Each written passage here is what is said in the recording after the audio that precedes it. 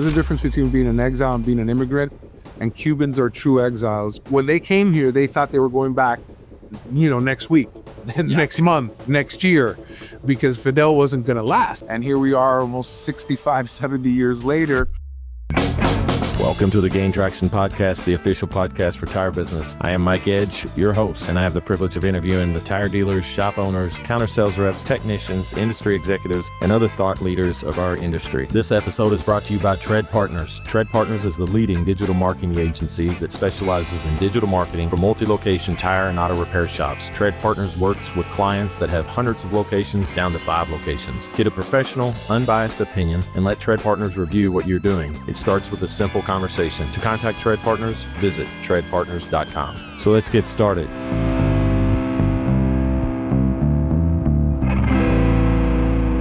Welcome to the Gain Traction Podcast, the official podcast for tire business.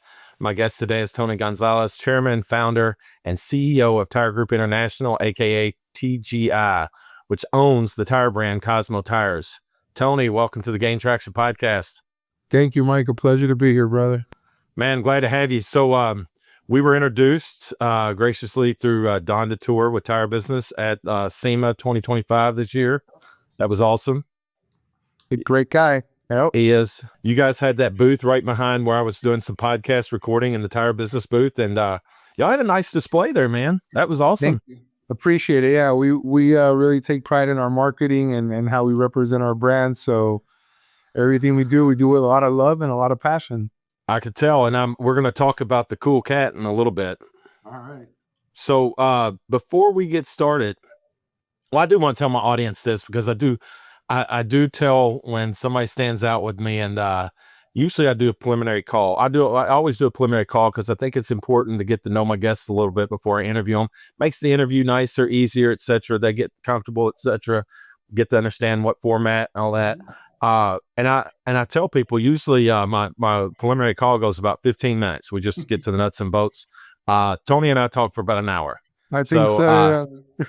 We're not going to have a problem talking today. No, we're talking for about 20 minutes before this. You put the record button on. So needless to say, I like Tony, but and we could talk. We've covered a lot of topics, but we got to get on tires right now. Right. But before we do, Tony, I want to know a little bit about you, where you grew up, and how you got in the tire business. I think one of the cool things about our industry is even the newbies in the industry like to know, hey, how'd you get in? Because I know everybody knows how they got in, or maybe they were, 4th generation or whatever, but how Tony Gonzalez get in the business? In my case, it's literally in the blood. My family's been in the tire business since back in 1942 in Cuba. During World War II, there was a tire shortage on the island.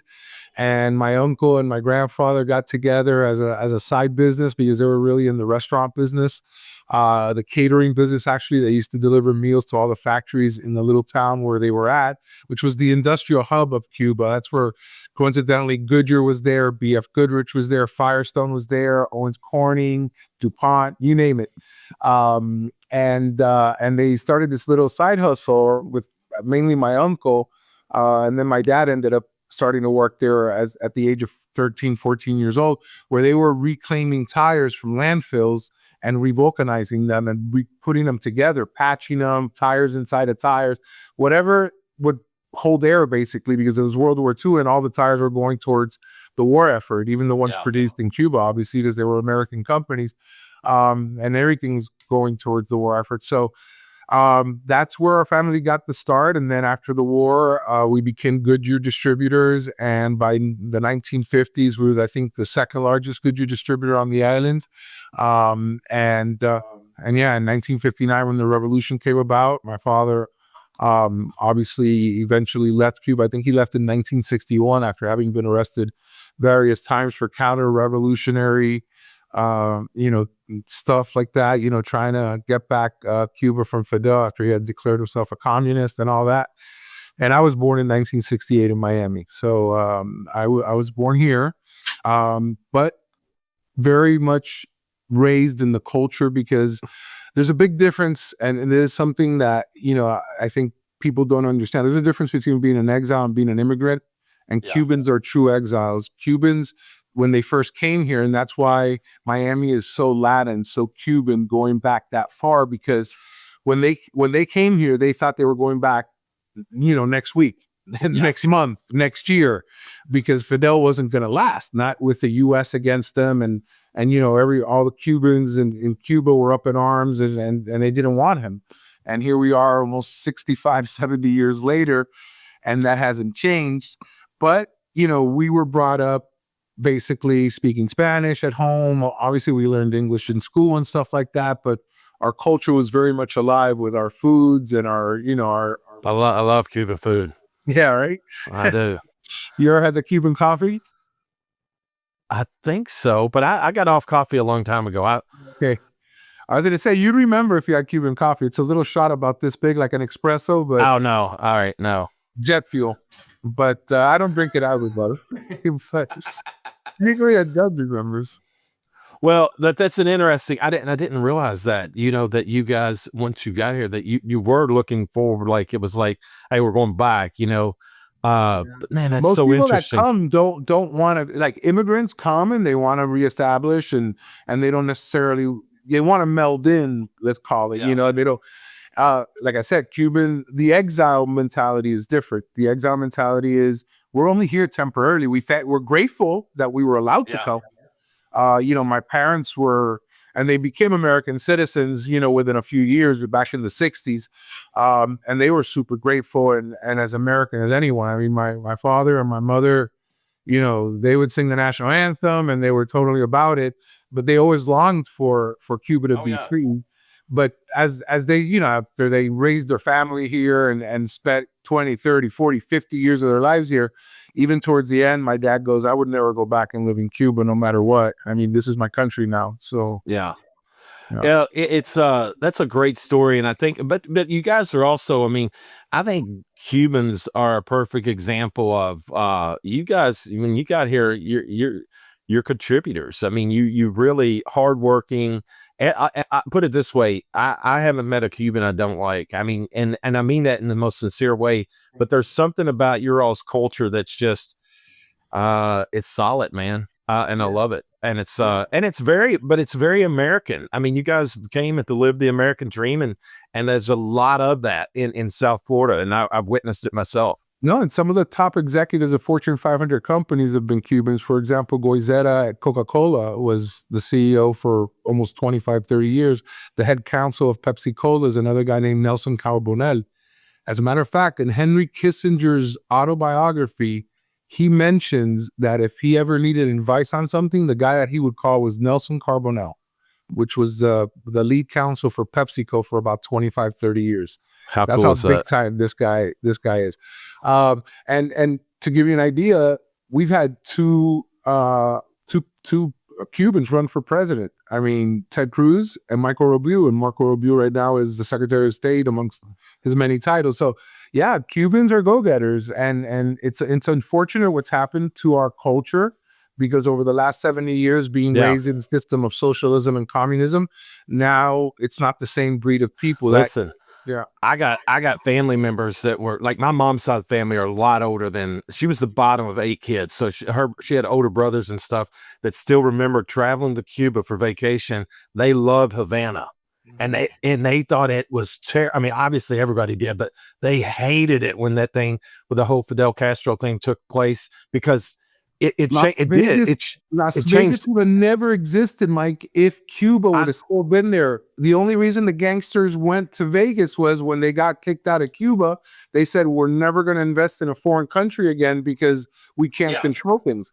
And we're going to get kicked out of it, eventually.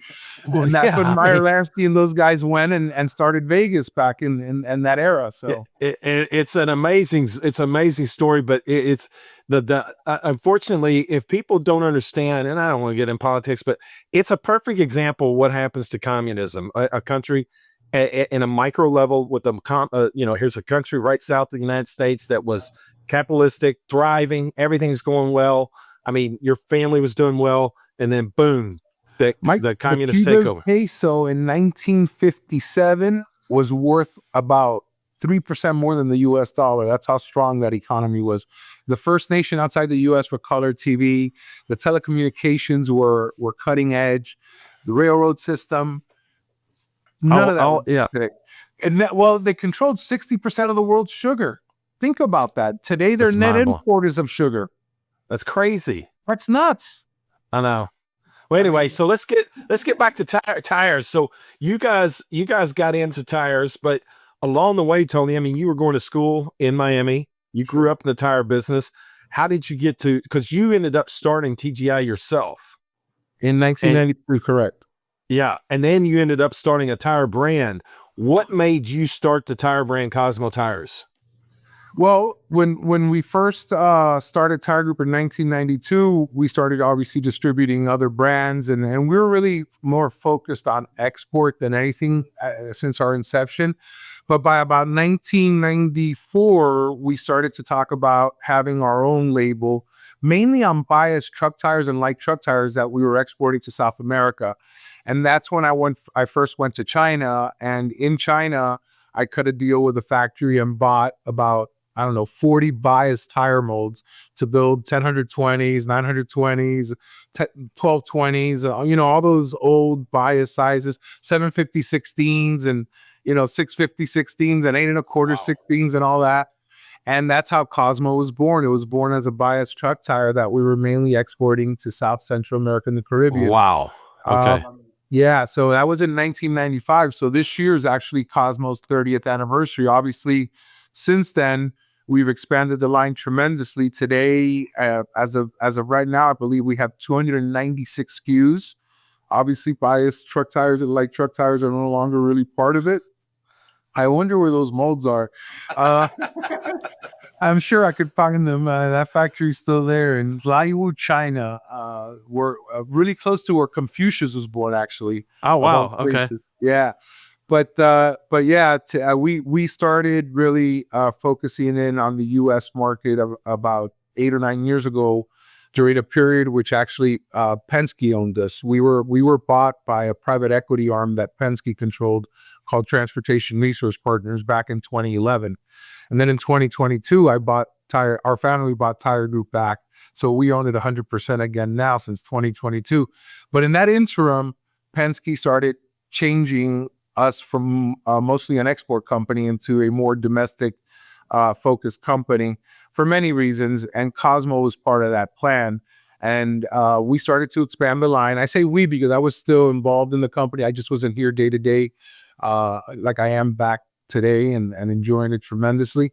But yeah, we started making Cosmo a US centric brand and started expanding the line into radial passenger, radial light truck, radial truck, and growing the gamut of offerings from, ultra high performance to touring to, all terrain, RTs. I mean, we have it all now. And plans are by the end of 2026, we'll probably have closer to 400 SKUs with all the molds Oh wow. and all the product development that we have on order now. Well, let's talk about one of the things that we like to do here at the podcast is we want to promote the brands of the industry and the people behind them. Let's say somebody's listening right now and they say, "Man, I like Tony Gonzalez. I like this conversation. I know a little bit about the Cosmos tires. What about how do they find your tire if they want to get involved with your tire? Who do you distribute through? All those questions about The easiest way, if you're in the industry, obviously, is just give us a call. I mean, we are in all the industry trades, advertising all the time. You could come to cosmotires.com and fill out a contact email, and it'll come to us, and we get back to you right away. You could call us directly. We have a 1-800 number, and I don't know what it is. Oh my God. But our direct number is 305-696-0096. That one I do know. But with that said, yeah, we're really easy to reach. well, And here's your Cosmo Tire 800 number. It's 833 Kool Kat. Would start with a K for KOOL and then Cat KAT. that's So right. that's 566 We- 5528. The only thing we have to see is the actual name Cosmo. Everything else has K's in it. It's been kind of a fun marketing part.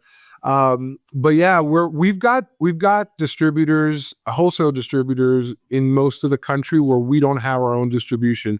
We control our own distribution in Florida and in Oregon and in Washington State. because we have distribution centers in those areas. We have currently 3 distribution centers in Florida. Well, I should say it's only 2, but January 6th, it'll be 3 because we're currently filling up a warehouse in Orlando that we finally took possession of after like 8 months. What a nightmare with all the permitting, and we had to do some like construction there and stuff like that to get it how we wanted it. And then in Portland, Oregon, we have 100,000 square feet that supply Oregon State and Washington State. Okay. So, but outside of that, we work with other wholesale distributors that represent our brand. So if you're a small retailer and you want to reach us, we will guide you to the proper wholesaler in your area if you don't already know him. And if you're just looking to distribute in an area where there is no Cosmo as a wholesale distributor, we'd be happy to talk to you as well. Awesome. Well, from a dealer standpoint, let's say I'm a dealer and I'm listening, because we do have a lot of dealers that listen. What's the advantages if they're looking for a new line to carry? What's the advantages of working with Cosmo Tires? I mean, why would they want to carry it? You know, we're a value-driven brand, right? But we're not a cheap brand, and we're not in the market of competing solely based on price. Yeah, we're going to give you great value, but we also, as a brand, are marketing ourselves and well, first off, the quality of the product, we're really building above the entry level stuff. And we have entry level stuff. We have other brands we distribute exclusively. We have one called Navigator.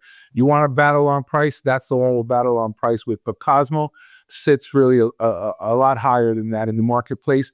And it's because, again, the brand quality, we overbuild our brand. When you look at our tires and compare them to the competition, it's evident. It's evident in the warranties we give. We give road hazard on all of the products we sell. We have mileage warranty on all of the products we sell, up to 70,000 miles on our premium touring tire. And then that comes with a no hassle aspect to it. Whereas we don't even have our dealers deal with that. If a consumer has a problem with one of our products, they call our 1-800 number, or they get on our website, and we immediately take care of that problem by sending that customer a brand new tire. We don't ask for paperwork. It's like the coolest guarantee in the business. It's how I would want to be treated. And I learned this from brands that I've dealt with as a consumer, whereas you have a problem, you call them up and they say, no problem, so don't even send it back. We're sending you a new one. And I'm like, wow. And I constantly talk about those brands, and I'm like, hell, that's who we should be, because we have so few problems. I mean, last year we sold many tires, and I think we had 138 claims. And I'm talking about multiple 7 digits in sales in terms of units, and we had 138 claims. That's nothing. That's nothing. And the word of mouth that you get, the goodwill that you get by giving that kind of a warranty and guarantee is next to none. So, well, and the bigger you get is that guy that had that problem, he becomes a lifetime customer now. Exactly. That's like that remember that old Fabergé commercial? They tell a friend, and they tell a friend, and they tell a friend. Yes. And there were like 50 girls on the screen at one point. That kind of, idea was always stated. But going back to the reasons to do business with us, and then actually the product innovation. Just in the last month, we've received 3 federal patents on innovations that we've designed into our tires. And we're super proud of that. We have another 4 patent pendings currently, which we should be getting in short order as well. So we're doing things that not even some of the majors have done in the past in terms of, tread patterns and sidewall designs and functionality within those components, especially with something that we call geometric isolation, which we also have trademarked, where the sound signature on our newer products is best in industry. I'm talking about beating, tier 1s on a all-terrain tire by about 20% in both the first and second harmonic area, which is where the human ear hears vibration. No kidding. Humming, yeah. So we really do a lot there, and it's That's really some cool big stuff, Tony. It is. It's cool stuff, man. And that's where I get involved. I love being on that end of it, the creativity of it, making sure that something looks good and that at the same time has functionality. So again, been doing it all my life. I remember playing at home. My dad wouldn't be able to fit tires in the warehouse, and our backyard had tarps with stacks of tires. And as a kid, me and my friends were playing hide and go seek, hiding in barrels of tires. So I love it. Hey, I'm sure you never saw any snakes in there either, did you? no, Miami's not really a snake spot. I mean, if It isn't? I thought it might be. no, Okay. no, no, no, no, Miami, very few, and if they are, they're those black garden snakes. But Miami, rarely would you come across a snake. That's cool. So you kind of alluded to the fact that you might have a story for me about how much you got paid in the family business as a kid. Well, I think you yeah, made. I think you said you went in the hole. a little bit. Yeah, back this is back. Imagine I was always a big kid. And this is back very late 70s, early 80s. I'm 10, 11, 12 years old. So back in 1978, I'm 10. I'm already working in the warehouse. And my dad would get to the office a little bit later. He had other businesses as well, etc. So he wouldn't necessarily always go straight to the office. So I had to be picked up by someone from the warehouse so I could be at the warehouse at 7 a.m. when it opened, just like everyone else. And my dad was very strict about this. And at the time, I really didn't appreciate it a whole lot, but now I certainly do, because it was all about, having a commitment and making sure you live up to that commitment. And he taught me that from a very young age. So I remember that I would get paid back then. Back then it was probably only $40, but let's just round it off right now to 50. Let's say I'm 11 or 12 at this time. I'm getting paid 50. 1981, 1982, I'm getting paid $50 a week. Remember, I would have to pay the guy who would pick me up $10 a week for his gas money. So that's $10 off the top that was gone.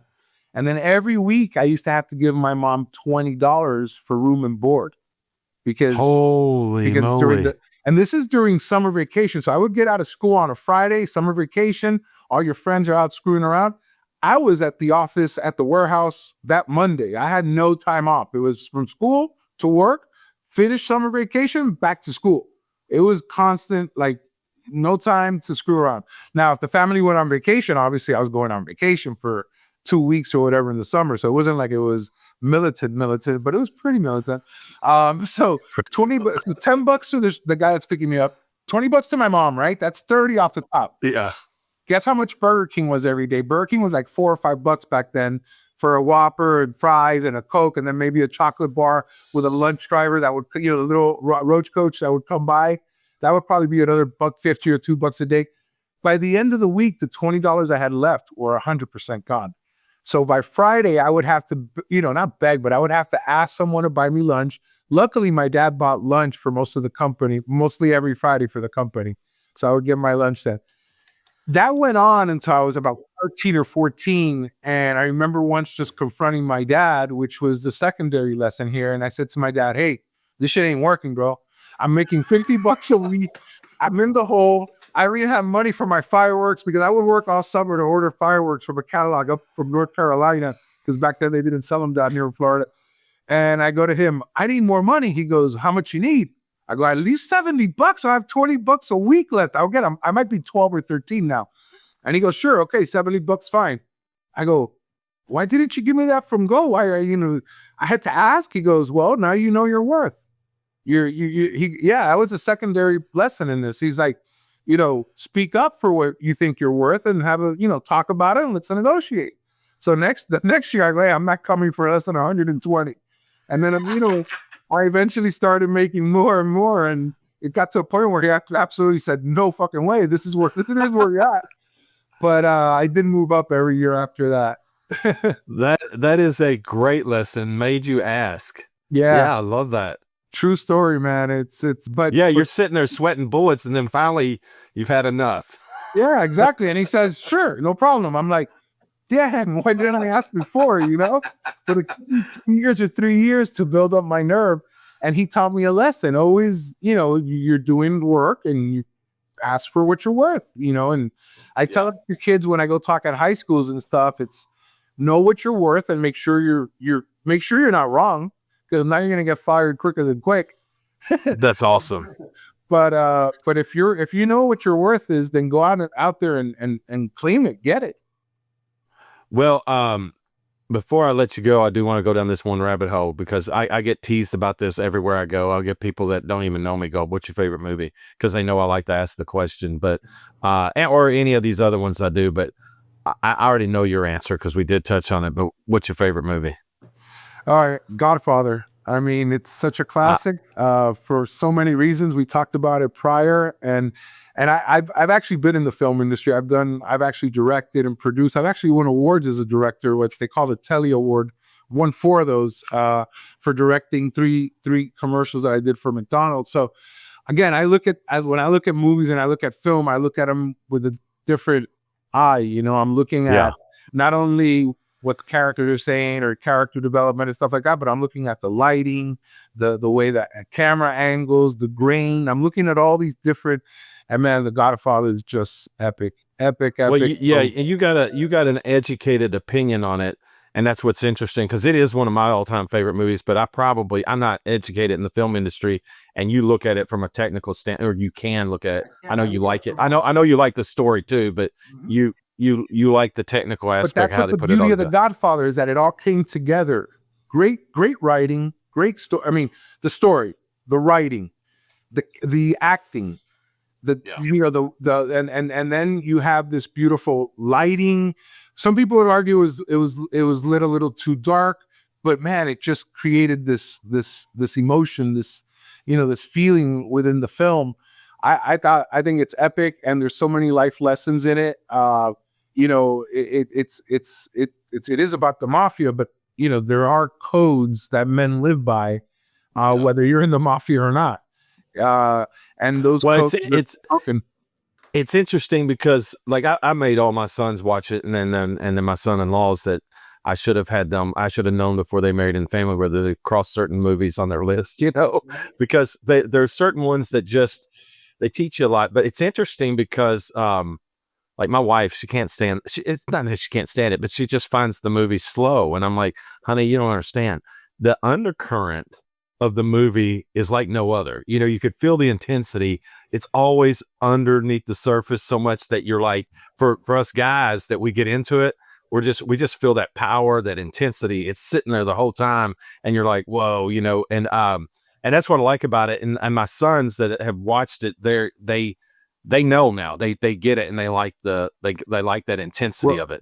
Mike, after 33 years of marriage, I finally, in the last year, she's finally sat down and watched it, because it's one of those movies I've seen over 100 times. Anytime I still have cable, or direct TV rather, then anytime it's on, and it's on a lot, I'll stop no matter where it's at, like Casino, all those old, I know. rockin' movies. I love that stuff. Goodfellas. I have to stop and watch at least. I always tell her, I'm just gonna watch a scene. Let me just watch this one scene. And recently, literally a couple of months ago, she finally said, I go, I'm gonna change it. She goes, no, you don't have to change it. I get it now. I like it. It's cool. So And you she, did a double take. yeah, I'm like, is this new for real? And part of the reason is I did have, going back to your story about your sons, I did have one of my nephews over that's about 16 years old, and Godfather 2 was on, which is also arguably 1 and 2 are interchangeable in terms of how good they are from all aspects. And I said, hey, it was already on about half an hour in. I go, let's watch this. And he's like, this is too. I go, watch it, and we'll talk about it as we go. And he got super into it. And then he went off and watched Godfather 1 on his own. And he called me and he said, man, I love it. I thank you for making me, because I'm not into watching old movies. Young kids Yeah. nowadays. No, their This attention is span. timeless. Yeah. I'll tell you a funny story. So I made my son. He's 21. This is a year ago.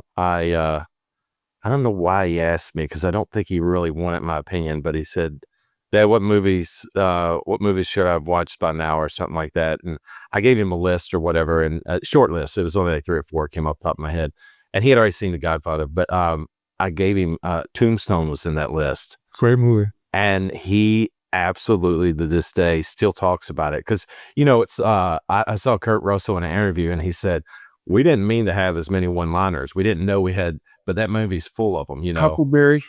Yeah, there's so many, and now he loves all these shorts that people have done on TikTok and whatnot of that movie with music behind it that is not relevant to That's the a great movie film. That's necessarily. another one I've seen countless times. You know what's another great film, just totally out of left field, because I saw it like 2 nights ago, about 2 in the morning. It was on. Kingdom of Heaven by Ridley Scott. It's with Orlando Bloom. It's about the Crusades. Oh, I have to check this out. Oh, it's in the vein of I mean, it's an epic. It's almost a 3-hour film, and that film never gets talked about. Check out Kingdom of Heaven with Orlando Bloom. Ridley Scott is the director. Obviously, he did Gladiator and tons Yeah. of great movies. And his brother was a tremendous director. He passed away at a young age, but his brother did Top Gun and did a bunch of other classics back in the 80s. But Kingdom of Heaven is one that, you know, have some popcorn ready, sit back and don't get interrupted for about. It's got Liam Neeson in it. It's got Okay. great actors, man. The other British actor that was in the second Die Hard, what's his name? I have that kind of accent. Whatever, I can't do it. What's his Oh, name? hold on a second. Liam Neeson. I Golly. always get these two confused. No, I know who you talk. God, I'm going blank. Whatever. I know it sucks. I And know it anyway. that's getting old. Hey, real quick before I let you go. Wait, one thing on The Godfather. Have you ever watched The Godfather Coda, the 6 hours, but in linear form, where they did, you know how Godfather 2 goes into flashbacks, right? Yes. Now you can watch it from those flashbacks all the way through. I did one time. Because that's been out a while, hadn't it? Yes, about 4, 6 years, maybe 7 years, something like that. I did. I think I did one time, and it was very cool that And you they could added watch it. deleted scenes that never made the final cut. So you get additional footage in there Yes, to tell the I need story. to do that even better. again. I don't know if I did it all the way through, but I know that I've seen It's a because it starts commitment. out. It's 6 hours. It starts out though with With De Niro, with De Niro's character. yes. Very And cool. and then there's something else that's super cool, which is on YouTube, which is, I believe it was at a Tribeca Film Festival, where the remaining cast, James Caan, Robert De Niro, the lady that just passed away, Diane Keaton, Coppola, his sister, which is Tyler Shire. They all got together on stage. Al Pacino, the Tom Hagen, what's his name? Duvall. Yeah, Robert Duvall. Robert Duvall.